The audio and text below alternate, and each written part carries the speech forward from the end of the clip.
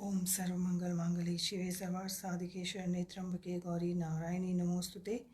जयंती मंगला काली भद्रकाली कपालिनी दुर्गा क्षमा शिवा धात्री स्वाहा सदा नमोस्तुते। यस्मिन् सर्वं यतो सर्वं यः सर्वं सर्वतश्च यत् यश्च सर्वमेव नित्यं तस्मै सर्वात्मने नमः। ओम गुरुर्ब्रह्मा गुरुर्विष्णु गुरुर्देवो महेश्वर गुरुर्साक्षात् परब्रह्म तस्मै श्री गुरुवे नमः। ओम। भगवान के चरणारविंद में उपस्थित होकर हम नित्य प्रति भक्ति और शक्ति का दान मांगते हैं। भगवान की बड़ी कृपा होती है जब हमें सत्संग मिलता है। श्रीमद् भगवद गीता का यहाँ हम पारायण कर रहे हैं और भगवान श्री कृष्ण श्री भगवान के रूप में अर्जुन को उपदेश दे रहे हैं। श्री कृष्ण अर्जुन संवादे सुउपनिषद सुब्रह्म विद्यायाम योग शास्त्र है। ये उपनिषद भी है, ब्रह्म विद्या भी है और योग शास्त्र भी है। और भगवान दूसरे अध्याय में अर्जुन को सांख्य बुद्धि और योग बुद्धि दोनों का उपदेश देते हैं। फिर अर्जुन का प्रश्न है कि जो उस समाधि अवस्था को प्राप्त कर लेता है उसकी स्थिति कैसी होती है, और भगवान उसे उसकी स्थिति समझाते हुए बार बार कहते हैं कि जिसमें ये गुण हो तस्य प्रज्ञा प्रतिष्ठिता, जिसमें ये गुण हो तस्य प्रज्ञा प्रतिष्ठिता, उसकी प्रज्ञा प्रतिष्ठित है। प्रतिष्ठित का अर्थ, समाधि का अर्थ क्या होता है? जो स्टेबल हो, ऑलवेज, फॉरएवर, एटर्नल। सनातन क्या है? एटर्नल धर्म है। और हमारे यहाँ जिस भी चीज़ की स्थापना है वो एटर्नल की है, फॉर ऑलवेज, जिसका कभी नाश नहीं होता।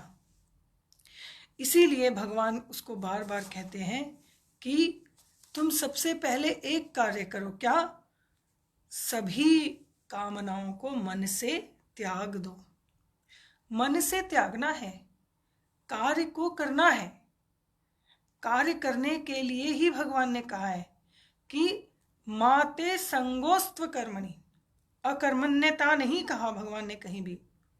ये नहीं कि हमें नहीं करना है, करना है, पर कामनाओं का त्याग करना है, क्रियाओं का नहीं।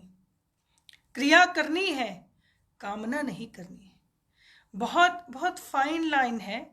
और अगर हम उसे धीरे धीरे अपनी प्रैक्टिकल लाइफ के साथ जोड़ना शुरू करेंगे तो हम अंडरस्टैंड कर सकते हैं कि क्या कह रहे हैं। क्योंकि बहुत से लोग क्रियाओं को छोड़कर बैठ जाते हैं, और भगवान ने कहीं भी, इवन कर्म योग में भी, कर्म संयम योग में भी, कर्म त्याग योग में भी कहीं क्रिया को करना मना नहीं किया। क्योंकि हम एक क्षण के लिए भी बिना क्रिया किए नहीं रह सकते। हमारा मन, हमारी बुद्धि, हमारी इंद्रियां कुछ ना कुछ क्रिया कर ही रही हैं। हमारे शरीर के अंदर भी ये सारे जितने भी इंस्ट्रूमेंट्स हैं, जितने भी अंग हैं, ऑर्गन्स हैं, वो सब चल रहे हैं। तो क्रिया तो हो ही रही है। केवल हमें उसकी जो कामना है वो त्याग करना है। और उसके लिए अलग अलग साधनाएं भी बताई हैं भगवान ने। अब भगवान ये बता रहे हैं कि इंद्रियां जो हैं, बहुत ध्यान से सिर्फ सोच के आप देखिए, एनालाइज करके, आत्मा जो है वो इस शरीर में प्रेजेंट है। हम चाहे उसे नहीं देख सकते, नहीं रियलाइज कर पाते, पर इतना तो है कि उसी के प्रकाश से हमारे अंदर बुद्धि है जो सोचने समझने की शक्ति रखती है। हमारे अंदर चित्त है जिसके अंदर अलग अलग मेमोरीज हैं, अलग अलग संस्कार हैं, नेचुरल इंस्टिंक्ट है। हमारे अंदर मन है। मन जो है वो एक भाव है। और हमारे अंदर ये 5 सेंसेस हैं जो ज्ञानेंद्रियां कही जाती हैं, और 5 सेंसेस जो हैं वो कर्म इंद्रियां कही जाती हैं। और इनको हमने क्या करना है? सिर्फ एनालाइज करके सॉर्ट आउट करना है। इतना आसान भी नहीं है और इतना मुश्किल भी नहीं है। अगर आपकी बुद्धि, आप अपनी बुद्धि पर इस तरह का, क्या कहते हैं कि कंट्रोल कर सको, डिसिप्लिन कर सको, तो फिर मन और इंद्रियां वो कहीं नहीं जाएंगी। लेकिन अगर आपकी बुद्धि जो है वो यूज टू हो गई है ना, हम यूज टू हैं, कैसे, हमें आदत पड़ी है, हमें पता है, हाँ, देखे भी उसको ऑन कर देते हैं। हम अपनी बुद्धि को कम से कम प्रयोग करना चाहते हैं। हमें पता है हमारे घर में टैप कहाँ है, हम सीधा जाते हैं, खोलते हैं, पानी लेते हैं और पी लेते हैं। We are so used to, क्योंकि बुद्धि हमारी ऐसे ट्रेंड है कि हम, जिसको कहते हैं अलर्टनेस और अवेयरनेस, दोनों धीरे धीरे धीरे धीरे हमें आदत हो गई है, उसको छोड़ते जाते हैं। जैसे छोटा बच्चा होता है, उसमें क्यूरोसिटी होती है, वो हर बार के लिए पूछेगा ये क्या है, what is this, why is this, who is this, हुम इज दिस। पर जैसे जैसे हम बड़े होते जाते हैं, जैसे जैसे हमारी बॉडी ग्रो करती है, हमारी बुद्धि धीरे धीरे यूज टू हो जाती है कि जो जैसे है वो ठीक है। हम जिन चीज़ों के लिए परेशान होना चाहिए या सोचना चाहिए उनको नहीं सोचते, और जिन चीज़ों के लिए नहीं सोचना चाहिए उनके बारे में सोचते रहते हैं। और उसी को भगवान ने आगे एक श्लोक में कहा भी है। तो यहाँ कह रहे हैं न अस्ति बुद्धिर युक्तस्य, जिसकी बुद्धि युक्त नहीं है, किसके साथ, उस तत्व के साथ, अलर्ट नहीं है, अवेयर नहीं है, न च युक्तस्य भावना, उसमें फिर भावना नहीं आती। अगर बुद्धि युक्त ना हो तो बुद्धि में भावना नहीं आती जो आनी चाहिए। और फिर जहाँ भावना नहीं है, न च भावयत शांतिर, भाव ना होने से शांति नहीं होती। अशांतस्य कुतः सुखम, इसीलिए जीवन में सुख नहीं होता। और आगे बता रहे हैं, एक एग्जाम्पल दे रहे हैं भगवान, इंद्रिया नाम ही चरताम यन्मनो अनुविधीयते, अनुविधीयते तदस्य हरति प्रज्ञाम वायुर्नाव इवाम्भसी।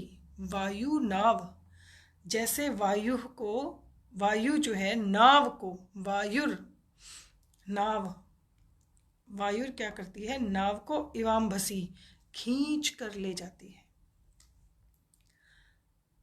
नाव किसको कहा, बुद्धि को कहा। वायु किसको कहा, विषयों को कहा। और जल में रहने वाली नाव जो है, इस संसार में रहने वाली ये जो नाव है, इस संसार को जल कहा। ये बुद्धि जो है वो आपको पार कर सकती है इस संसार से, इन विषयों से, अगर वो ठीक से चलती रहे। लेकिन अगर बहुत तेज वायु का क्या आए, बहाव आए, और नाव जो है वो कोई कंट्रोल ना करने वाला हो, तो तदस्य हरति प्रज्ञाम, तदस्य उसकी प्रज्ञा हरी जाती है, लॉस्ट हो जाती है, उसे हर लेता है, जैसे वायु नाव को हर लेती है, खींच कर ले जाती है। इंद्रिया नाम ही चरताम, मतलब एक इंद्रिय ही, केवल एक इंद्रिय ही, इंद्रियों में से एक इंद्रिय भी क्या कर लेती है, चरताम यन्मनो, इस मन को, अनुविधीयते, जो व्यक्ति नहीं जुड़ा हुआ बुद्धि के साथ, क्योंकि मन की सिचुएशन सोचने की कोशिश करो ना। अगर आप एक फ्लो चार्ट बनाओ, मतलब थोड़ा सा आप पेपर पेन यूज करो और उस पर फ्लो चार्ट बनाओ। ऊपर क्या है, आत्मा है, सोल है, नीचे बुद्धि है। आत्मा का प्रकाश बुद्धि में पड़ता है, और बुद्धि से ही फिर अहम तत्व, अहम तत्व से बुद्धि और बुद्धि से अहम तत्व, it's very hard to separate them. आत्मा के प्रकाश से अहम जागृत होता है, अहम ऊपर वाली लेयर है, और उसके नीचे बुद्धि है। और बुद्धि जो है वो 3 भागों में बटी हुई है, चित्त और मन। मन नीचे किसके साथ लगा है, 5 इंद्रियों के साथ। और ये जो 5 इंद्रियां हैं, उसमें से किसी एक के साथ भी मन अगर स्ट्रांगली अटैच्ड हो गया तो क्या होगा, आपका मन जो है वो स्ट्रांगली एक ही किसी इंद्रिय के साथ अटैच्ड होता है, क्योंकि जिसका एक से अधिक से हो जाता है उसका जीवन तो पशुवत हो जाता है। मोस्टली जनरली 80% लोगों का एक ही किसी इंद्रिय के साथ अटैच्ड होता है। इसीलिए मैं कहती हूँ स्वाध्याय जब करने बैठे तो सबसे बड़ी साधना क्या है, you just try to think कि ये 5 ज्ञान इंद्रियां और 5 कर्म इंद्रियां क्या है, 5 विषय कौन कौन से हैं, 5 तत्व उन विषयों को कैसे बनाते हैं, और हमारा मन उसके कारण कैसे अपने आप को अनडिसिप्लिन करता है, और कैसे उसका इफेक्ट जो है हमारे चित्त पर पड़ता है, और कैसे अगर बुद्धि सोती रहे तो मन अपना काम करता रहता है। केवल एक टेस्ट है, मान लो बहुत 80%, 80 नहीं तो 60% तो लोग ऐसे होंगे जिनकी पूरी लाइफ सिर्फ एक टेस्टी फूड के लिए है। पूरी दुनिया भर की इकोनॉमी जो है आधे से ज़्यादा 2 ही चीज़ें बनाती हैं, कपड़ा और खाना। या हम इस हवन कुंड में इस पेट में कुछ डालने के लिए कर रहे हैं, या अपने इस शरीर पर कुछ कपड़े के लिए कर रहे हैं। ये क्लोथ्स एंड फूड सबसे बड़ी इंडस्ट्री है। तीसरी तो बाद में है फार्मास्यूटिकल, हेल्थ केयर। वो जब उस खा के उसको जो ये खराब हो जाती है हमारा इंस्ट्रूमेंट, उसके लिए फिर ये तीसरी इंडस्ट्री बनी है। पहले ये 2 ही हैं, सबसे ज़रूरी भी हैं और सबसे ज़्यादा टाइम कंज्यूमिंग भी हैं, सबका, पूरे वर्ल्ड का, पूरे ह्यूमन स्पीशीज का, कि खाना और कपड़ा ये सबसे ज़्यादा ज़रूरी है। ये कितना ज़रूरी है इस बात के लिए बैठ के सोचना पड़ेगा, क्योंकि आपकी जो इंद्रिय है वो इतनी प्रबल है कि हम उसमें बहुत समय लगाते हैं, बहुत शक्ति लगाते हैं। ध्यान से बैठ के सोचो, आजकल थोड़ा टाइम भी है सबके पास, बैठ के सोचो कि कितना समय हमारी लाइफ का लगा खाने में और कपड़े में। ये इंद्रिय है और इसमें हमारा मन लग जाता है। मनो अनुविधीयते, ये जो हमारा मन है उसमें लग जाता है। इंद्रियां नाम ही चरताम, अलग अलग इंद्रियां हमें अलग अलग जगह लेकर जाती है, हमें मतलब मन को लेकर जाती है। और वो मन जो है वो एक इंद्रिय में स्ट्रांगली जब लग जाता है तो फिर उसके साथ साथ घूमता रहता है। और जो बुद्धि युक्त नहीं है उसको वो हर लेता है, हरति प्रज्ञाम। It's very deep philosophy. Sit and try to understand and try to think कि क्या हो रहा है, कैसे हो रहा है। हम, इसीलिए मैं कहती हूँ हम सुबह बैठें या रात को बैठो, मैं कहती हूँ बेस्ट टाइम है या रात को बैठो सोने से पहले, या सुबह उठते ही बैठो, 1-2 घंटे बैठो आराम से और सोचो कि दिन भर आप क्या करते हो, किसके लिए करते हो, कैसे करते हो, क्यों करते हो। अपने आप से पूछो कि आपकी ये जो एनर्जी, आपका टाइम, आपकी लाइफ, ये आप किस पे लगाते हो। जब आप बैठ के ध्यान से सोचने लगोगे तो आपको पता लगेगा आपका ये जो मन है, बहुत बहुत क्विकली रियलाइज कर लेते हैं लोग, and I am saying from experience, कि कुछ दिनों में, कई लोग कुछ घंटों में एक्सपीरियंस कर लेते हैं कि आत्मा है, बुद्धि है, अहम है और फिर चित्त और मन है। और ये जो मन अलग अलग इंद्रियों में लगा है, हमारा सारा समय उसी में जाता है। और ये इसीलिए व्रत रखने की प्रथा है कि भाई आज व्रत है, और आप व्रत इसलिए रखा है कि कम से कम सबसे पहले खाने से हम दूर हो जाएंगे। जब हम एक खाने से दूर होते हैं तो हम बहुत सारी टाइम को बचा लेते हैं, बहुत सारे चीज़ों से हट जाते हैं। Say just you are not going today in the kitchen all day, कुछ नहीं खाना, जो कुछ फ्रूट्स हैं जो बिना पकाए खाया जाता है वो खाना है। तो वो जो टाइम आपका सेव हुआ है ना, उसको वेस्ट नहीं करना है, उसमें बैठ के सोचना है कि हमारा मन कौन कौन सी इंद्रिय में लगा है। सुनने में, देखने में, स्वाद लेने में, सूंघने में। सूंघना तो बहुत, for human being we are very attracted towards what do you say, good fragrance, but we are not too much into this sense.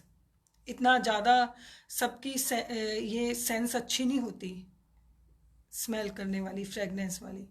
सो इतना ज़्यादा इफेक्ट नहीं करती ह्यूमन लाइफ को, वेरी रेयर। बट देखना, सुनना, खाना, स्वाद, ये तीनों बहुत स्ट्रांग है। और उसमें भी स्वाद पर भी कंट्रोल हो जाता है। देखना और सुनना, इसी को लंका के 4 दरवाजे बताया कि ये दो कान और 2 आंखें। उसमें से कहा 2 दरवाजों को जीतना आसान है लंका के, लेकिन 2 नहीं जीत सकते, क्योंकि आंखें आप बंद भी कर लोगे पर कान जो है ना, उनको बंद नहीं किया जा सकता। There is no natural process to, आप कितनी देर कान में ईयरबड लगा सकते हो। तो ये जो कान है, इसको अंदर से कंट्रोल करना पड़ता है। तो धीरे धीरे अपनी सारी इंद्रियों को आप सॉर्ट आउट करो। पहले आपको ये पता होना चाहिए आपको क्या अच्छा लगता है और क्या अच्छा नहीं लगता। और जब तक आपको ये नहीं पता कि आपको क्या अच्छा लगता है और क्या नहीं, तब तक आपकी बुद्धि अलर्ट नहीं होती, और फिर आपको उसको एनालाइज करके सिचुएशन को उससे अलग नहीं हो सकते। तो इसलिए इंद्रिया नाम ही चरता, इंद्रियों में विचरती हुई बुद्धि, द इंटेलेक्ट विच इज मन, सॉरी बुद्धि नहीं, मन, इंद्रियों में विचरता हुआ मन जो है, अनुविधीयते, जब एक के साथ अधिक लग जाता है, एक इंद्रिय के साथ, तदस्य उसकी प्रज्ञा हरति, प्रज्ञाम हरति, उसकी प्रज्ञा का हरण हो जाता है। जैसे वायु जो है वो नाव को हर कर ले जाती है। It's very sad actually. बहुत, जैसे क्रोध है, काम है, ये सारे इंद्रियों से जुड़े हुए हैं। हमें क्रोध क्यों आता है, हम दुख का, सैडनेस का अनुभव क्यों करते हैं? क्योंकि अर्जुन विषादग्रस्त स्थिति में है और भगवान उसे क्या करना चाहते हैं, बड़े फ्रॉम स्क्रैच, बहुत नीचे से, जहां से ये सारा कुछ, जहां रूट से, जड़ से उखाड़ना चाहते हैं उसकी बीमारी को। उसको जड़ से ये बताना चाहते हैं कि तुम्हारा ये दुखी होना, तुम्हारा ये बातें करना, ये दीज आर वर्थलेस। क्योंकि ये इंद्रियों, एक्साइटमेंट किसको होती है? इंद्रियों को। और मन एक्साइटेड होता है, इसीलिए इंद्रियां होती हैं।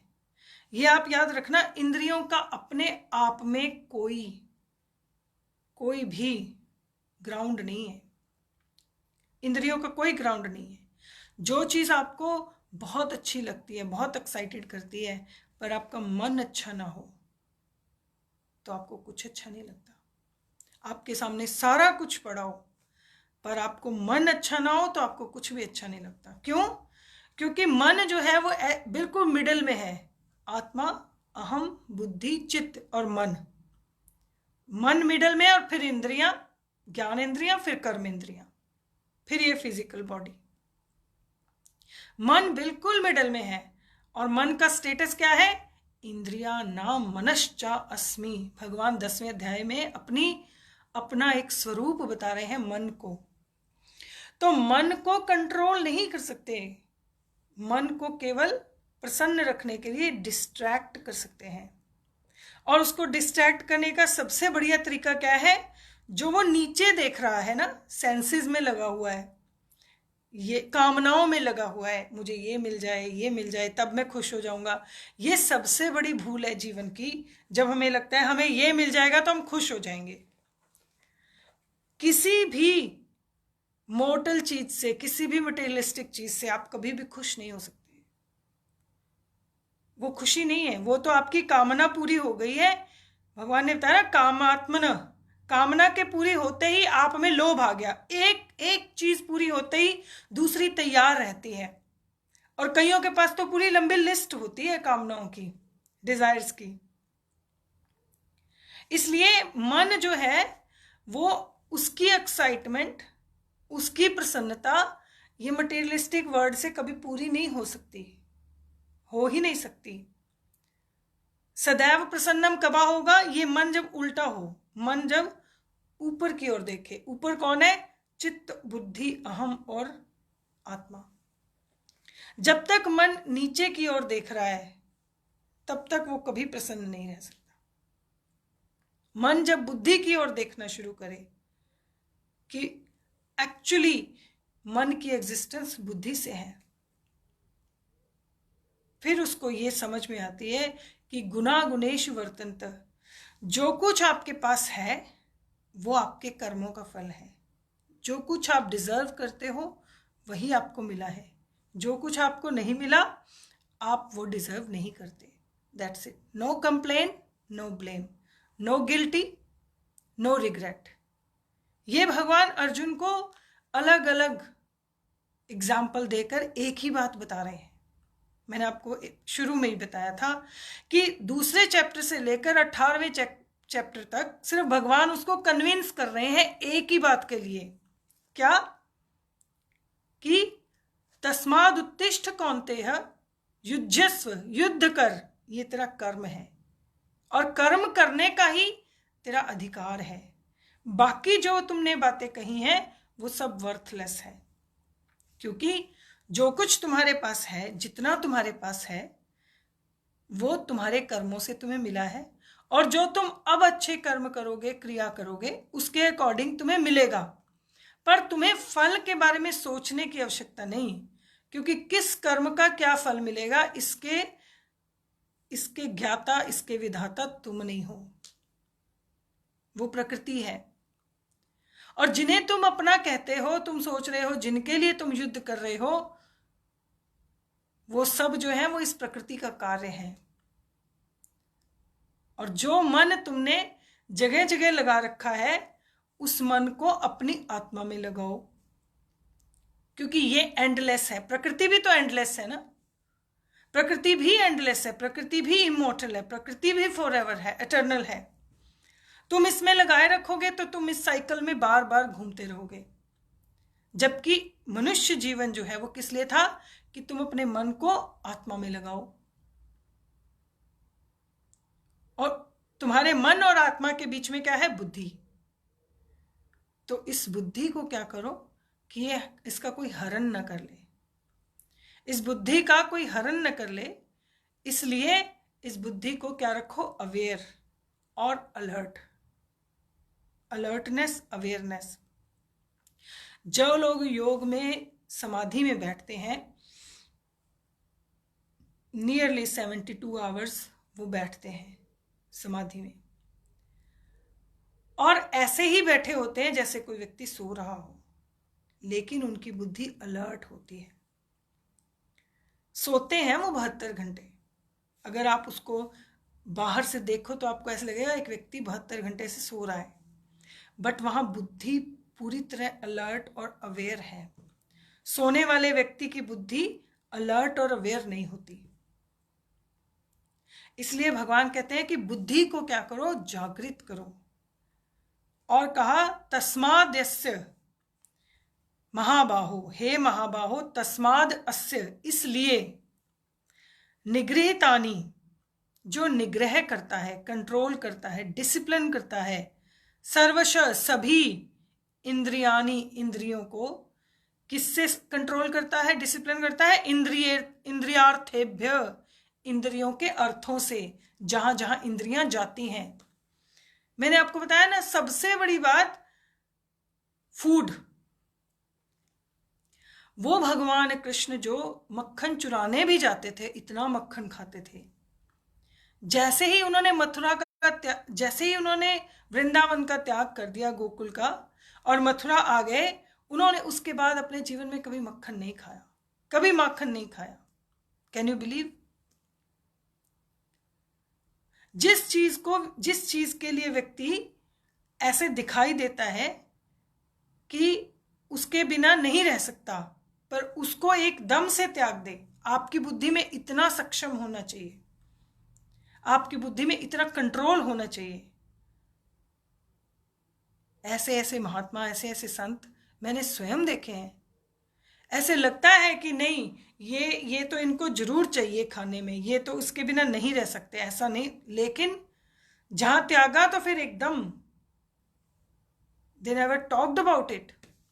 किसी भी चीज के लिए, नॉट ओनली फूड, कोई भी वस्तु हो।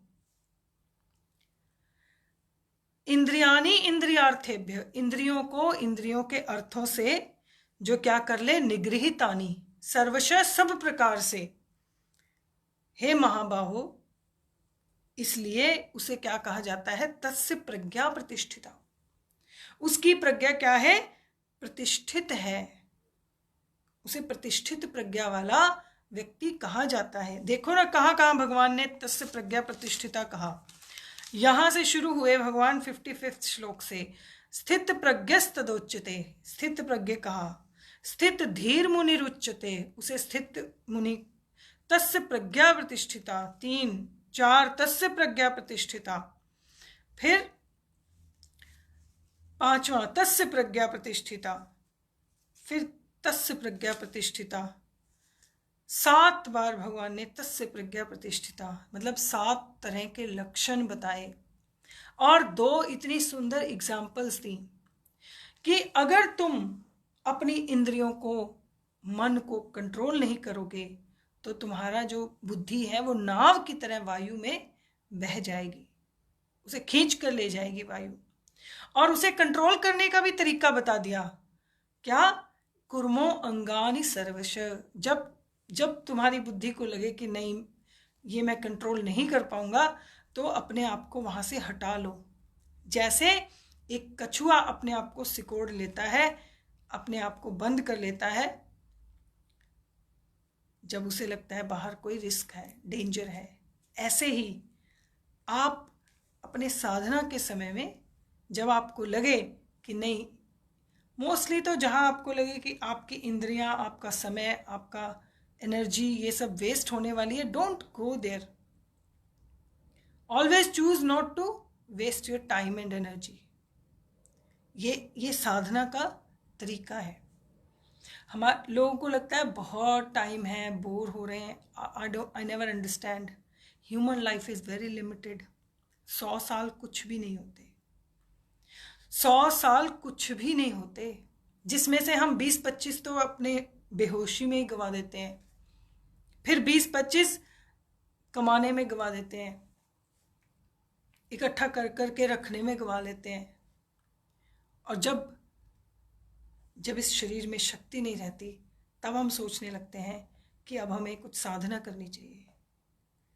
तब भी अगर हम समझ जाएं कि हमें जिस रास्ते पर चलने के लिए ये मनुष्य शरीर मिला है, तो सबसे आसान काम है, सबसे पहले अपने मन को इन इंद्रियों से लौटा लो, बुद्धि की तरफ लगाओ।